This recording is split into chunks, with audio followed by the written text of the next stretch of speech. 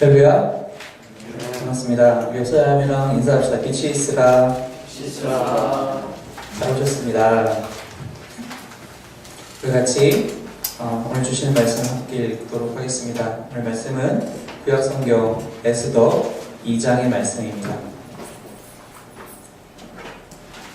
구약성경 에스더 2장 1절부터 마지막 절인 23절까지의 말씀을 저와 여러분이 한 절씩 교독하도록 하겠습니다.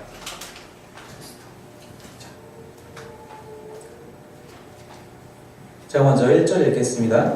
그 후에 아하수에로 왕의 노가 그침에 와스디와 그가 행한 일과 그에 대하여 내린 조서를 생각하오늘 왕의 시큰 시나리오하되 왕은 왕을 위하여 아리따운 처녀들을 구하게 하시되 전국 각 지방의 관리를 명령하여 아리따운 처녀들을 다 도성 수산으로 모아 후궁으로 들여 궁녀를 주관하는 내시 해계의 손에 맡겨 그 몸을 정결하게 하는 물품을 주게 하시고 왕이 눈에 아름다운 처녀를 와스디 대신에 왕으로 삼으사니 왕이 그 말을 좋게 여겨 그대로 하더라. 도성 수산에 한 유다인이 있으니 이름은 모르드게라. 그는 베냐민 자손이니 기스의 증손이요 시므이의 손자요 야일의 아들이라.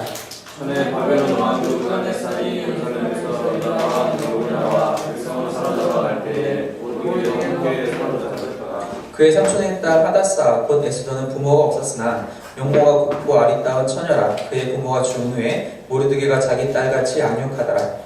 왕의 조서와 명령이 반포되매 처녀들이 도성 수산에 많이 모여 해계의 수하에 나아갈 때에 에스더도 왕궁으로 이끌려가서 궁녀를 주관하는 해계의 수하에 속하니 해계가 이 처녀를 좋게 보고 은혜를 베풀어 몸을 정결하게 할 물품과 이름을 고주며 또 왕궁에서 의뢰 주는 7 궁녀를 주고 에스더와 그 궁녀들을 후궁 아름다운 처소로 옮기더라. 에스더가 자기의 민족과 종족을 말하지 아니하니 이는 모르드게가 명령하여 말하지 말라 했습니다. 모르드게가 날마다 후궁들 앞으로 왕래하며 에스더의 안부와 어떻게 될지 알고자 하였더라. 그녀가 차례대로 아하수에로 왕에게 나아가기 전에 여자에 대하여 정한 규례대로 10달을 명령하는데 6달은 모략 기름을 쓰고 6달은 향품과 여자에게 쓰는 다른 물품을 써서 몸을 정결하게 하는 기한을 마치며 처녀가 왕에게 나아갈 때에는 그가 구하는 것을 다 주어 후궁에서 왕궁으로 가지고 가게 하고 저녁에는 갔다가 아침에는 그 제국으로 돌아와서 이름을 주하는 내시 사사스의 수하에 속하고 왕이 그를 기뻐하여 그의 이름을 부르지 아니하면 다시 왕에게 나아가지 못하더라. 모르드게의 삼촌 아비하일의 딸 곧 모르드게가 자기의 딸같이 양육한 에스더가 차례대로 왕에게 나아갈 때에 궁녀를 주관하는 내시에게가 정한 것 외에는 다른 것을 구하지 아니하였으나 모든 보는 자에게 사랑을 받더라. 아하수에로 왕의 대신을 시도하였고 대배오의 에스더가 왕궁에 인도되어 들어가서 왕 앞에 나아가니 왕이 모든 여자보다 에스더를 더 사랑하므로 그가 모든 처녀보다 왕 앞에 더 은총을 얻은지라. 왕이 그의 머리에 관을 씌우고 와스디를 대신하여 왕으로 삼은 후에 왕이 크게 잔치를 베푸니 이는 에스더를 위한 잔치라. 모든 지방관과 신하들을 위하여 잔치를 베풀고 또 각 지방의 세금을 면제하고 왕의 이름으로 세상을 주니라. 처녀들을 다시 모을 때에는 모르드게가 대궐문에 앉았더라. 에스더는 모르드게가 명령한 대로 그 종족과 민족을 말하지 아니하니 그가 모르드게의 명령을 양면 가족과 같이 따르는도다.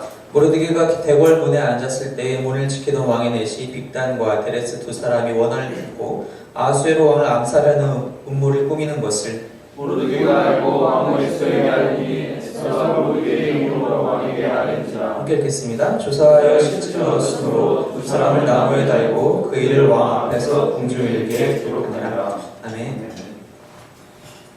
생각해보니까 지난주에 우리 함께 말씀 나누면서 제가 성경 어디까지 읽었다는 얘기 안 했더라고요. 날마다 해야 저도 습관이 돼서 더 열심히 읽을 텐데, 그래서 저는 예전에 시편 마치고 전도서 들어갔다라고 2주 전에 제가 말씀드린 것 같은데, 지금 이제 이사야 60장 오늘 지금 읽고 있었어요. 이제 말씀을 계속 읽는 가운데 또 하나님께서 귀한 내용들도 주시고 그런 것들을 많이 경험을 하면서 여러분들과 함께 그런 경험들을 그런 은혜를 많이 누렸으면 좋겠습니다. 오늘 안 그래도 아까 1대1 때 물어보니까 건호하고 하은이도 열심히 읽고 있더라고요. 오늘도 와서 또 말씀에 대한 질문도 같이 나누게 됐는데 이러한 말씀의 은혜가 나눔이 우리 교회 안에 더욱더 풍성해지길 소망합니다. 우리가 이제 에스더를 함께 계속 보고 있습니다. 지난주에 에스더를 처음 시작하면서 제가 한 가지 말씀드린 것 중에 하나가 에스더서에는 하나님의 이름이 한 번도 나오지 않는다는 사실을 얘기를 했었어요. 참 신기한 성경이다. 성경 안에 있으면서 성경의 주인공이신 하나님을 어떻게 한 번도 얘기하지 않을 수가 있을까? 근데 이제 당시의 상황과 시대적인 상황과 그런 주변 문화들을 보게 되면은 아무래도 이 저자가 상당히 조심하지 않았나 싶은 생각이 들어요. 아무래도 이러한 일들을 우리가 일의 결국은 이미 우리가 알고 있으니까 결국 유대인들이 구원을 받는 일이 에스더를 통해서 에스더서를 통해서 나타나잖아요. 이러한 일 이후에 하나님을 더욱더 자꾸 언급하는 것이 과연 유대인들에게 좋은가 좋지 않은가를 아마 이 저자가 상당히 신경을 쓴 것 같습니다. 하지만 그럼에도 불구하고 이 에스더서 곳곳에서 보면은 어떻게 우리가 하나님에게 더욱더 가까이 다가갈 수 있을까? 그리고 나타나는 주인공들, 즉 모르드게와 에스더 오늘 처음 2장에서 등장하게 되는데 이들의 하나님을 향한 신앙이 어느 정도인가 또 우리가 엿볼 수 있는 부분들이 군데군데 있다라는 것입니다. 오늘 그런 얘기들을 좀 같이 함께 또 나누려고 합니다. 지난 1절에서 아하수에로 왕이 왕후인 와스디에게 이제 술자리가 이제 즐거워지니까 또 이제 자랑하기 위해서 자기의 손님들한테 자랑하기 위해서 불렀는데 오지 않았잖아요. 그리고 와스디를 왕후에서 폐위하는 그러한 장면이 나타났습니다. 그것을 그냥 당시에 자신의 그런 술 취함 때문에 자신의 그런 격정과 분노 때문에 법까지 내려서 정말 우스꽝스럽게도 한 가정 안에서 해결할 수 있는 일을 전국에 있는 모든 사람들이 이 법 아래에 있도록 오히려 하나님의 권위가 아닌 자신의 그런 헛된 권력에 의지한 그런 권력으로 인해서 권위를 찾으려고 하는 그런 아하수에로 왕의 모습을 보게 되었습니다. 근데 오늘 1절에 보니까 아하수에로 왕이 노가 그친 그 행한 일과 와스디와 또 내린 조소에 대해서 생각하고 있다라고 얘기하고 있어요. 무슨 뜻이냐? 숙취가 끝났겠죠. 한참 술 취해서 그런 일들을 다 저지르고 난 뒤에 정신을 차려보니 내가 왜 이랬을까? 하는 생각이 드는 거예요. 내가 왜 와스디를 폐했을까? 내가 왜 그런 어처구니없는 법을 내렸을까? 왜 만들었을까? 후회하고 있는 모습이 당장 1절부터 시작됩니다. 여러분, 우리도 종종 이런 경우들 겪게 돼요. 지금 이 아하수에로 왕은 사실 술이 취해서 자신의 권력에 취해서 자신의 기분에 취해서 그렇게 일을 저지르고 말았어요. 그런데 더 웃긴 것은 그 저지른 일을 자신이 다시 이렇게 정리할 수 없는 상황인 거예요. 왜냐? 자신이 이미 법으로 만들었기 때문에 그 에스더 1장에서 우리가 지난 시간에 같이 말씀을 읽었지만 한 번 만들어진 법은 절대로 바꿀 수 없다, 변개할 수 없다라고 지금 여기서 얘기가 되어지고 있는데 바사왕국의 법들은 자신이 만들었기 때문에 이거 바꿀 수가 없는 거예요. 어떻게 할 수가 없는 거예요. 후회만 막심하게 된 상황인 것이죠. 물론 이 중에는 우리 지금 이 모임 가운데는 날마다 술을 즐겨 마시는 분이 없으시라 믿고 그런 일이 아마 없으셨겠지만 우리 드라마나 영화나 아니면 우리 주변의 친구들의 이야기만 들어도 술을 취해서 실수하는 일들이 얼마나 다반사입니까? 제가 다녔던 고등학교는 이제 사립고등학교였는데요. 사립고등학교는 선생님이 이제 교사 발령을 거기에 취업된다고 그래서 취업이 되면은 사실은 웬만해서 안 바뀌어요. 그죠? 공립학교들은 주기적으로 이렇게 책임져야 되는데 사립은 그래서 사람들이 교사들 중에서는 당시에는 제일 좋은 직장 중에 교사들 중에서 제일 좋은 직장 중에 하나였거든요. 저희 학교의 어떤 체육 선생님은 들리는 소문에 의하면 술 취해 회식 자리에서 술을 엄청나게 마시고 나서 실수하고 결혼하셨다는 얘기까지 제가 들었어요. 엄청난 일들이 많아요. 술 깨고 나면은 내가 왜 그랬지라는 후회들이 막 밀려오는 그런 일들이 많이 있다는 것입니다. 하지만 그리고 나서 우리가 그것을 어떻게 다시 한번 내가 정말 그거 안 그랬으면 좋겠다. 다시 타임머신이라도 타서 어제로 돌아와서 내가 지금 안 그랬으면 건너가 오는 거 보니까 이제 경험이 없는 거 같아요. 그랬으면 좋겠다 하지만 우리가 그럴 수 있나요? 그럴 수 없다는 것입니다. 후회할 수밖에 후회만 남게 된다는 것입니다. 술에 취해서도 그렇고요. 우리가 권력에 취해서 권력에 미쳐서 어떤 사람들은 자신의 권력대로 막 휘두르는 사람이 있어요. 나중에 그 권력이 끝나게 되면 어떻게 그것을 감당할지 모르면서 그렇게 행하는 사람들이 또 종종 있습니다. 그냥 기분에 취해서 또 저지르는 사람들도 있죠. 많은 사람들이 그렇습니다. 우리가 그런 사람들 보면 참 어리석다. 어떻게 한 치 앞도 예상치 못하냐. 저 정도는 충분히 예상할 수 있는 것 아니냐. 우리는 그렇게 그 사람들을 어떻게 보면 어리석다라고 참 못났다라고 어떻게 비판하기도 합니다. 근데 우리 스스로를 다시 한번 돌아본다면 우리는 정말 그런 일이 한 번도 없는 것이냐. 우리가 믿는 사람이라고 해서 크리스천이라고 해서 술과 권력과 그런 거에 안 취하고 그런 것들을 다 벗어날 수 있는 우리랑은 전혀 상관없는 그런 유혹들인 것이냐, 시험들인 것이냐. 그렇지 않다는 것입니다. 여러분 혹시 어렸을 때 학생 시절에 혹시 수련회라든지 아니면은 이제 좀 큰 집회라든지 그런 데 가서 밤에 이제 집회를 하죠. 열심히 이제 또 초청 특별한 강사님이 오셔가지고 선교사 여러분 지나십시오. 그러면 이제 너도 나도 제가 하겠습니다. 눈물 막 흘리면서 저를 아프리카로 보내주시옵소서 하면서 다 단상으로 뛰쳐 올라가잖아요. 가셨나요 그분들 다? 우리나라에 남는 사람이 없죠 그럼. 한순간 감정에 취해서 내가 그거 다 할 수 있다고. 사실 그 당시에는 하나님 의지하고 그런 거 다 없이 나도 할 수 있겠다라는 마음에 뛰쳐나가는 사람이 좀 많아요. 물론 모두가 그런 건 아니지만, 그러니까 모든 그러한 학생이었던 사람들을 다 비판할 수 없지만 많은 경우에 그런 사람들이 있는 것을 보게 됩니다. 나중에 끝나고 얘기해 보면은 내가 왜 그랬는지 모르겠다고, 나 괜히 성공한 것 같다고, 아 나 진짜 선교사 해야 되는 거냐고 막 이렇게 고민하는 친구들을 종종 보게 돼요. 제가 이제 모교회에서 청년부 생활을 10년 가까이, 만 10년 가까이 하면서 10년이면요 여러분 수련회만 20번이에요. 수련회만 20번을 가요. 제가 이제 군대 때문에 4번을 안 갔다 쳐도 그래도 16번을 갔다 왔다는 얘기예요. 16번을 갔다라는 거는 16번의 결단이 분명히 있었다는 얘기예요. 한 번에 하나뿐만이 아니라 2개 이상일 수도 있죠. 16번의 결단을 제가 다 지키고 살았으면 이런 부족한 모습이 아니겠죠. 여러분들도 마찬가지 아니겠습니까? 학생회 때, 어린이부 때, 또 청년 시절에 많은 결단들을 감정에 취해서 하게 될 때가 종종 있다는 것입니다. 그런 학생들이, 그런 청년들이 우리나라에 지금 수두룩한데 정말 진심으로 그렇게 했다면, 후회 없이 그렇게 결단했다면 우리나라가 지금 이러한 모습일까요? 그렇지 않을 거라고 봅니다.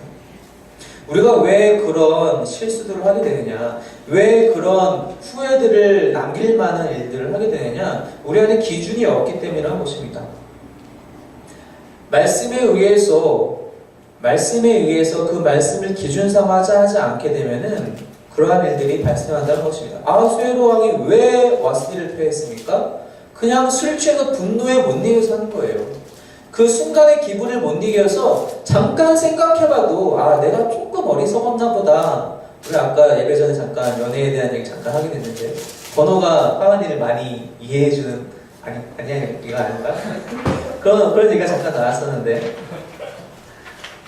만약에 아하수에로 왕이 잠깐 생각했으면, 잠깐 와스디의 입장에서 생각했으면은 안 그랬어도 될 일들을 지금 그러고 있다는 거예요. 자신의 기분에 못 이겨서 올바르지 않은 일들을 하는 경우가 우리한테도 너무나 많이 있다는 것입니다. 그것을 우리가 말씀을 가까이 하지 않고 그 말씀의 기준대로 살지 않고 말씀의 기준이 아닌 다른 것에 취해서 우리의 욕심과 욕망과 분노에 취해서 혹은 술에 취해서 권력에 취해서 기분에 취해서 어떨 때는 신앙적인 잘못된 열정에 취해서 헛된 결정을 하고 나중에 후회만 남길 때가 많이 있다는 것입니다. 하지만 말씀을 기준으로 하게 되면은 우리가 볼 수 없다는 것입니다.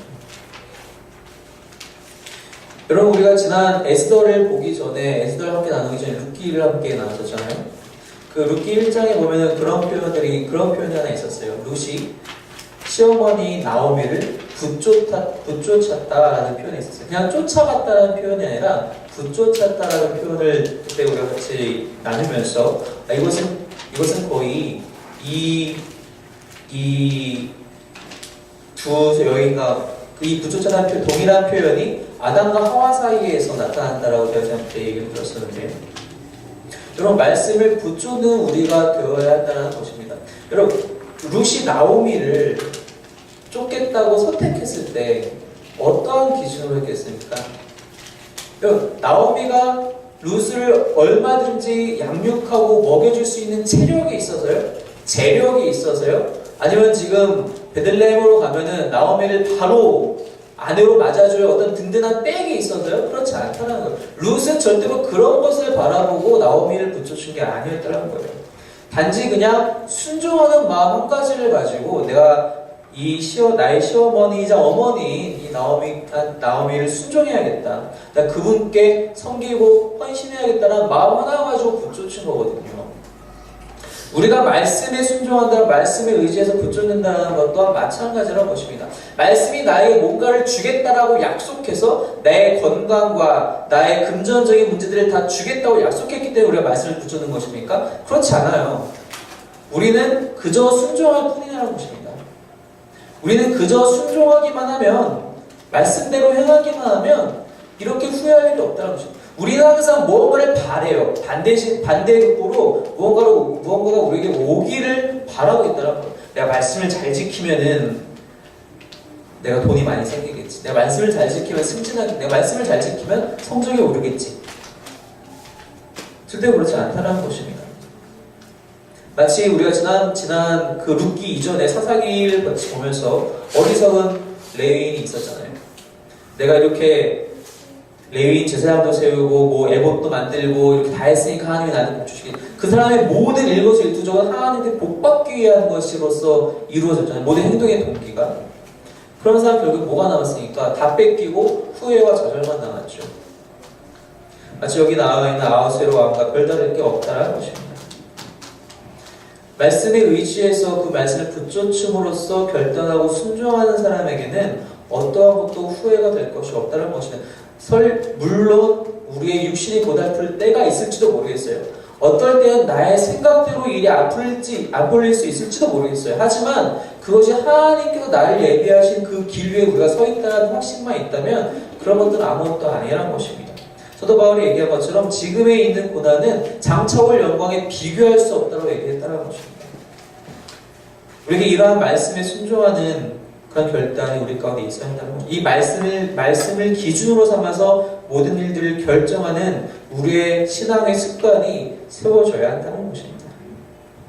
하지만 아하수에로 왕은 그렇지 못했죠. 한참 근심하는 중에 2절에 보니까 신하가 찾아와서 이렇게 얘기를 합니다. 요새 근심이 좀 많으시죠? 어떻게 그러면은 좀 후궁들 좀 많이 모아볼까요? 이 왕의 귀에 달콤한 이야기를 들려주죠. 그때 왕이 거기에 혹해요. 그럴까? 그럼 좀 나아지겠지? 그리고 어떻게 3절 이후에는 어떻게 하죠? 전국 각 지방에 명하여서 아리따운 처녀란 처녀는 다 도성수산으로 불러드립니다. 그렇게 해서 우리가 왕후를 뽑자. 그럴까? 4절에 왕이 그 말을 좋게 여겨 그대로 행하니라. 자신이 행한 일들을, 그리고 후회와 죄책감만 남았던 그런 일들을, 그 후회를 덮고자 또 다른 악행을 저지르게 됩니다. 여러분, 우리나라도 왕실이 있었고요, 왕조가 있었고, 그래서 알다시피 궁녀로서 살아간다는 것, 후궁으로서 살아간다는 것은 사실 참 비참한 일입니다. 우리가 드라마를 보면은 막 빈 정도만, 중전까지는 말도 안 되고, 빈 정도만 돼도 옷이 막 장난이 아니잖아요. 막 휘황찬란한 옷을 입고, 막 좋은 비녀 뽑고, 막 휘하의 사람들 넷이 상궁, 뭐, 무술이들 막 호령하고 그러잖아요. 여러분, 정말 그게 좋은 걸까요? 그렇지 않아요. 요즘 한참 유행하는 그 아빠 어디가라는 예능 프로그램에 보면은 그 아이들이 나와서 위인, 100명의 위인? 그 노래를 한참 부르던데, 그 노래 중에 삼천궁녀와 의자왕 삼천궁녀가 있잖아요. 여러분, 그 의자왕이 삼천궁녀 때문에 정말 높임받아야 될 위인입니까? 그렇지 않아요. 3,000명이면요 매일같이 잠자리를 한다 해도요 9년 가까운 시간이 걸려도 다 못 들어가요. 3,000명을 다 못 만나요. 그럼 그 여인들은 하룻밤을 그렇게 보내고 평생 그렇게 혼자 사는 아무 의미 없이 목적 없이 살아가는 거예요. 얼마나 그거는 인간성을 무시하는 처사인지 모른다는 것입니다. 그런데 왕은 자신의 그 후회를 덮고자 자신의 욕정대로 따라가고 있다는 것입니다. 모든 처녀들, 아리따운 처녀들, 이쁘다고 소문나 나면 다 데려와 하면서 수산으로 다 모으기로 결단을 하게 되죠. 그러한 와중에 그 법령에 이끌려서 끌려온 자들 중에 한 사람이 바로 에스더라는 것입니다. 혹자는 좀 에스더와 모르드게를 비판하시는 분들이 간혹 있는데, 그분들은 지금 이 시기가 포로 1차 귀환과 2차 귀환 그 중간에 일어나는 일들이거든요. 시대적인 배경이. 종종 어떤 분들은 야, 이 모르드게 에스더 참 못났네. 왜 하나님이 처음 예루살렘 돌아갈 때 안 돌아가고 여기 남아있다가 또 왕후 자리 노려가지고 정치적으로 힘 좀 잡아보려고 이러는 거 아니야? 라고 해석하시는 학자들도 가끔 있는데 저는 그렇지 않아요. 끌려오게 됩니다. 에스더도 8절에 보니까요, 8절 후반부에 보니까 에스더 왕궁으로 자신이 먼저 모르드게가 야 에스더 너 지금 좋은 기회야. 너 지금 부모님도 없는데 우리도 돈도 없지 않니? 너 가서 왕후 되면 장난 아닌 권력 잡을 수 있어. 그게 아니라 왕궁으로 끌려가는 거예요. 모르드게는 에스더를 자기 삼촌의 딸이었는데 그 부모가 다 일찍 돌아가시고 없어서 정말 자신의 딸같이 양육하던 중에 이러한 일들을 겪게 된 것입니다. 법령이 반포가 돼버리고 나니까 에스더도 이 뒤에 보시면 나와 있지만 외모가 출중한지라 끌려가게 되었습니다. 걱정이 되죠. 11절에 보니까 모르드게가 날마다 후궁들 앞으로 가서 에스더가 어떻게 지내고 있나 항상 이렇게 알아보려는 모습을 보면서 모르드게와 에스더의 관계가 참 대단하구나, 정말 지극한 관계이구나, 그 한 부모 같은 마음으로 양육하고 있는 모습이죠. 그리고 나서 그곳에서 이제 왕후를 뽑는 콘테스트가 열립니다. 에스더는 사실 가서 아무것도 하지 않았는데 벌써 가자마자 사실 은혜를 입어요. 헤게라는 내시가 그를 보자마자 9절에 좋게 보고 은혜를 베풀어서 이것저것을 다 챙겨줍니다.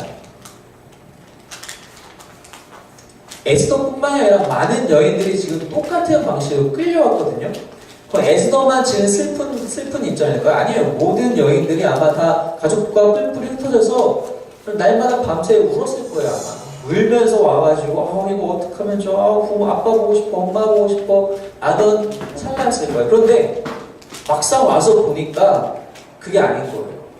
막상 와서 보니까 거기 지금 그 12절에 보니까 처녀마다 차례대로 아하수에로 왕에게 나아가기 전 여자에 대한 정한 규례들을 12달 동안을 행하되 6달은 모략 기름을 쓰고 6달은 향품과 여자의 다른 물품을 써서 몸을 정결하게 하는 기한을 마치며, 지금 무슨 뜻이냐?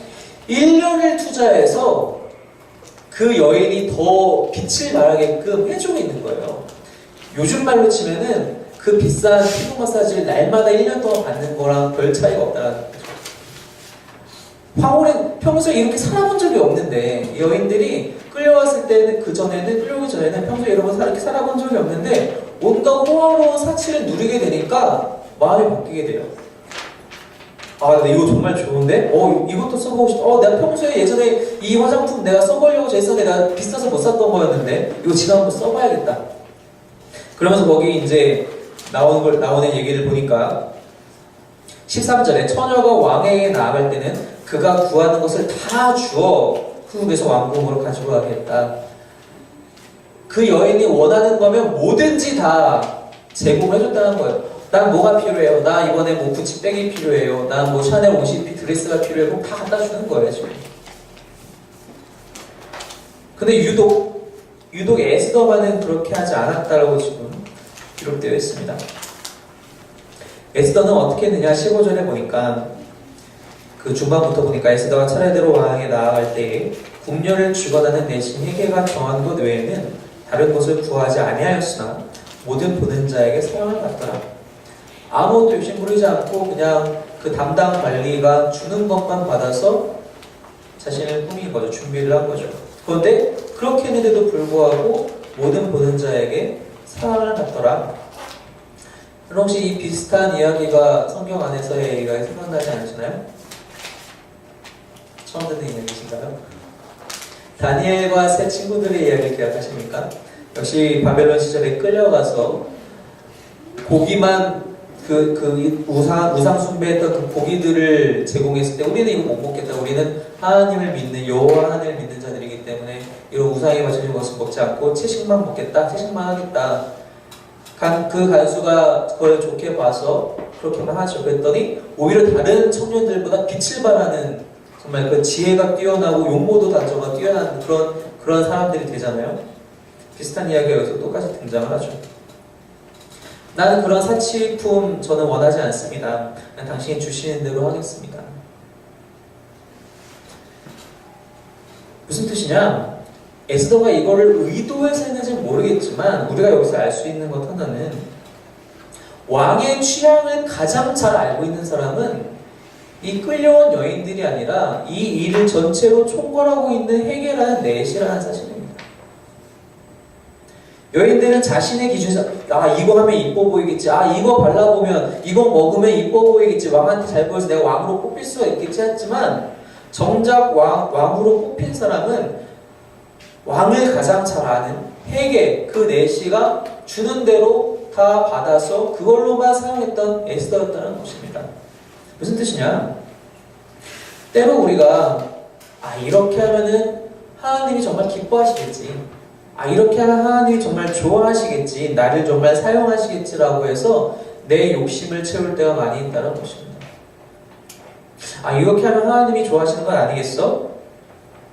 내가 돈을 열심히 벌면은 그거 성공 많이 하시니까 하나님이 좋아하실 거야 라고 생각하면서 돈 버는 데만 집중한다면 하나님이 그 사람을 이뻐하겠습니까? 기뻐하시겠습니까? 그것이 중요한 것이 아니라 하나님께 더 가까이 나오는 것을 하나님께서 원하시는데 마치 이것을 하나님께 더 원하실 테니까 내가 돈 많이 벌어서 헌금하면 좋은 거 아니야? 내가 공부 열심히 해가지고 성공하면 그게 하나님께 영광되는 거 아니겠어? 라고 내 욕심을 하나님의 것인 양 투영시켜서 스스로를 합리화시키는 경우가 우리에게 종종 있다는 것입니다. 하지만 우리는 그럴 때마다 다시 한번 돌아보아야 합니다. 무엇이 정말로 하나님이 원하시는 것이냐, 무엇이 정말로 하나님이 기뻐하시는 것인지를 돌아보아야 한다는 것입니다. 마치 이 헤게라는 넷이가 그 아하수에로 왕의 취향을 가장 정확히 알고 있었던 사람인 것처럼 우리 역시 하나님을 바로 알기 위해서, 하나님께서 원하시는 것을 바로 알기 위해서 역시 말씀에 붙들린 사람이 되어야 한다는 것입니다. 우리에게 이미 성경이라는 좋은 도구가, 하나님의 선물이 이미 우리 손 안에 있습니다. 그 성경을 열심히 읽고 우리가 이 말씀을 가까이 하면 할수록 하나님이 나에게 뭐 원하시는지 우리가 알아갈 수 있게 된다는 것입니다. 우리가 엉뚱한 곳에 가서 찾을 수 없다는 거예요. 누가 이렇게 얘기하면 그게 옳은가 보다, 누가 이렇게 얘기하면 그게 맞는가 보다 라고 우리가 현혹되기 전에 말씀을 먼저 가까이 함으로써 하나님이 이것을 가장 기뻐하시는구나, 이것이 하나님의 기준이구나, 이렇게 해야 하나님이 기뻐하시고 이렇게 하면 하나님이 슬퍼하시고 싫어하시는구나. 여러분, 열왕기상, 열왕기하 그 역사서들을 역대상하도 마찬가지지만 쭉 읽어보면요, 일단 그 열왕기상, 열왕기하 그 역사서들은 다 이스라엘 왕조가 다 마칠 이후에, 바벨론 포로기 시절 이후에 쓰여지게 되거든요. 그럼 그 독자들이 그 역사서를 보면서 역시 다윗왕처럼 살아야 돼, 이 아합 봐라, 정말 아합같이 살면 안 되겠다, 백성들이 그런 생각을 당연히 했겠죠. 그 말씀을 읽고 듣는 사람들이라면 누구나 그렇게 했을 겁니다. 그것을 가까이 하지 않는다면은 누가 그것을 알 수 있겠습니까? 유다의 왕, 마지막 거의 후반부에 치달을 때 나타났던 그 요시아라는 왕이 어느 날 그 성전을 깨끗하게 하고 그것을 고수하기 위해서 사람들 보내다가 거기서 말씀을 발견해, 한 두루마기를 발견합니다. 그게 무엇이냐? 갖고 와서 한번 읽어봐라. 마치 그게 신명기 말씀인 거예요. 무슨 뜻이에요? 그간에는 그 신명기 말씀을 누구도 보지도 않고 그냥 처박아두고 있었다는 거예요. 성전 제사장도 그것이 뭔지 모르겠다라고 갖고 왔을 정도였으니까 요시야가 그것을 읽히고 그걸 듣자마자 울면서 회개합니다. 내가 왜 이 말씀대로 하지 않았을까? 왜 우리 조상들이 우리 선배들이 이 말씀대로 하지 않았을까 회개하고 돌이키잖아요. 이런 말씀이 기준이 되지 않는 삶은 아무리 그것이 열심히 있어 보이고 아무리 그것이 세상이 보기에 옳아 보인다 할지라도 결국 내 욕심을 채우는 헛된 일에 불과하다는 것입니다. 그것은 심지어 더 나쁜 일이에요. 하나님의 일을 팔아 내 욕심을 팔게 되는 일이라는 것입니다. 여러분 말씀을 날마다 가까이 하시기 바랍니다. 하나님께서 가장 기뻐하시는 것이 무엇인지 말씀을 통해서 여러분의 근간을 만들어 가시길 바랍니다. 결국 에스더가 왕으로 뽑히게 됩니다. 그리고 왕이 크게 잔치를 베풀죠. 19절부터의 말씀은 그 왕후가 뽑힌 이후에 아주 작은 짧은 에피소드입니다. 그때 보니까 19절을 보니까 처녀들을 다시 모을 때에는 모르드게가 대궐 무대에 앉아 있었다라고 얘기를 하고 있어요. 아마도 이 이후의 얘기를 계속 보면은 왕후 에스더에게 어떠한 일들을 알렸다는 걸 보니까 이미 에스더는 왕후가 되어 있는 상황이고요. 추측건데 아마 에스더가 자신을 그렇게 지금까지 아껴오고 보호해주고 그렇게 키워줬던 모르드게가 너무 감사한 나머지 그래도 삼촌 사촌 오빠죠. 어떻게 보면 오빠가 이런 일 이렇게 날 도와주셨는데 그래도 제가 좀 뭔가 해드릴 수 있게 없을까요? 하면서 이제 대궐 문에 앉았다는 얘기는 어떤 공무원직을 맡게 되었다는 거거든요. 아주 작은 자리일지라도 아마 모르겠는 아마 거절했겠죠. 그러다가 작은 자리를 맡게 되었나 봅니다. 근데 그때 빅단과 데레스라는 두 사람이 원함을 품고 아하수르 왕을 암살하는 음료를 꾸미고 있다는 걸 듣게 돼요. 왜 어떤 이유에서 이 빅단과 데레스가 이런 원함을 품게 되는지는 잘 모르겠습니다. 다만 예상할 수 있는 것은 그 상황이 19절에 얘기한 대로 처녀들을 다시 모을 때였다는 것입니다. 무슨 뜻이냐? 이미 왕후는 뽑혔어요. 에스더로 뽑혔습니다. 더 이상 소녀들을 모을 필요가 있습니까? 없다는 것입니다. 한번 이 욕정에 취한 아하수에로 왕은 여전히 왕후가 결정되었음에도 불구하고 다른 여인들도 다 불러 모으고 싶은 거예요. 자신의 그런 욕망을 채우기 위해서. 그런 정도면 그런 단면만 보더라도 다른 부분들은 어땠는지 우리가 짐작할 수가 있겠죠. 아마 마음에 들지 않은 사람들이 있었나 봐요. 암살하려는 음모를 꾸미고 있는 것을 듣고 모르드게가 에스더를 통해서 알립니다. 그때 에스더가 모르드게의 이름으로 왕에게 아뢰게 되고 그것을 일기에 기록합니다. 그런데 이 상황은 이걸로 종료가 돼요. 무슨 뜻이냐? 모르드게나 에스더가 이 일로 인해서 칭찬을 받다라든지 상을 받는다라는 그런 게 하나도 안 나타나요. 왜 안 나타나냐? 이 이후에 이제 일어날 일들을 복선하면서 마치 저자가 to be continue 라고 쓰는 것 같이 쓰는 것 마냥 우리와 기대하게 합니다. 여러분 말씀대로 살아가는 삶은 무엇을 하든지 그것을 자신 욕심대로 하지 않습니다. 만약에 모르드게가 그러한 사람이 아니었다면 내가 지금 이 정도 일을 했는데 왕의 목숨을 살렸는데 내가 왕보다 큰 사람 아니야? 너 왕이지만 당신은 왕이지만 내가 생명의 은인이야. 이렇게 뻥일 수도 있는 상황에서 절대로 그렇게 하지 않죠. 여러분 말씀에 붙들린 삶이 얼마나 소중한 것인지 이 2장의 말씀을 통해 우리가 알 수 있다는 것입니다. 말씀이 우리의 근간을 이루지 못하면은 우리는 그냥 분위기에 취해서 나의 욕망에 취해서 일들을 결정하게 되고 결국 후회하고 낙담하고 좌절하게 되는 일밖에 남지 않는다는 사실입니다. 하지만 말씀대로 살아가는 자들에게는 누구보다도 귀하게 키우시고 성장시키시는 하나님의 은혜가 그들에게 있다라는 것입니다. 이러한 당연한 것을 보면서 여러분 어떤 것을 선택하시겠습니까?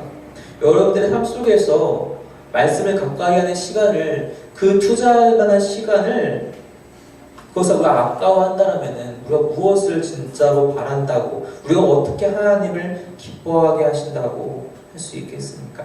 여러분 말씀 가운데 붙들리는 삶이 되시길 바랍니다. 말씀을 붙쫓음으로써 오직 순종하는 마음으로 내가 그것을 통해서 무언가를 얻고자 하는 욕심의 마음이 아니라 오직 순종하는 마음으로 결단하는 저와 여러분이 되시기를 주님의 이름으로 축원합니다. 함께 기도하겠습니다.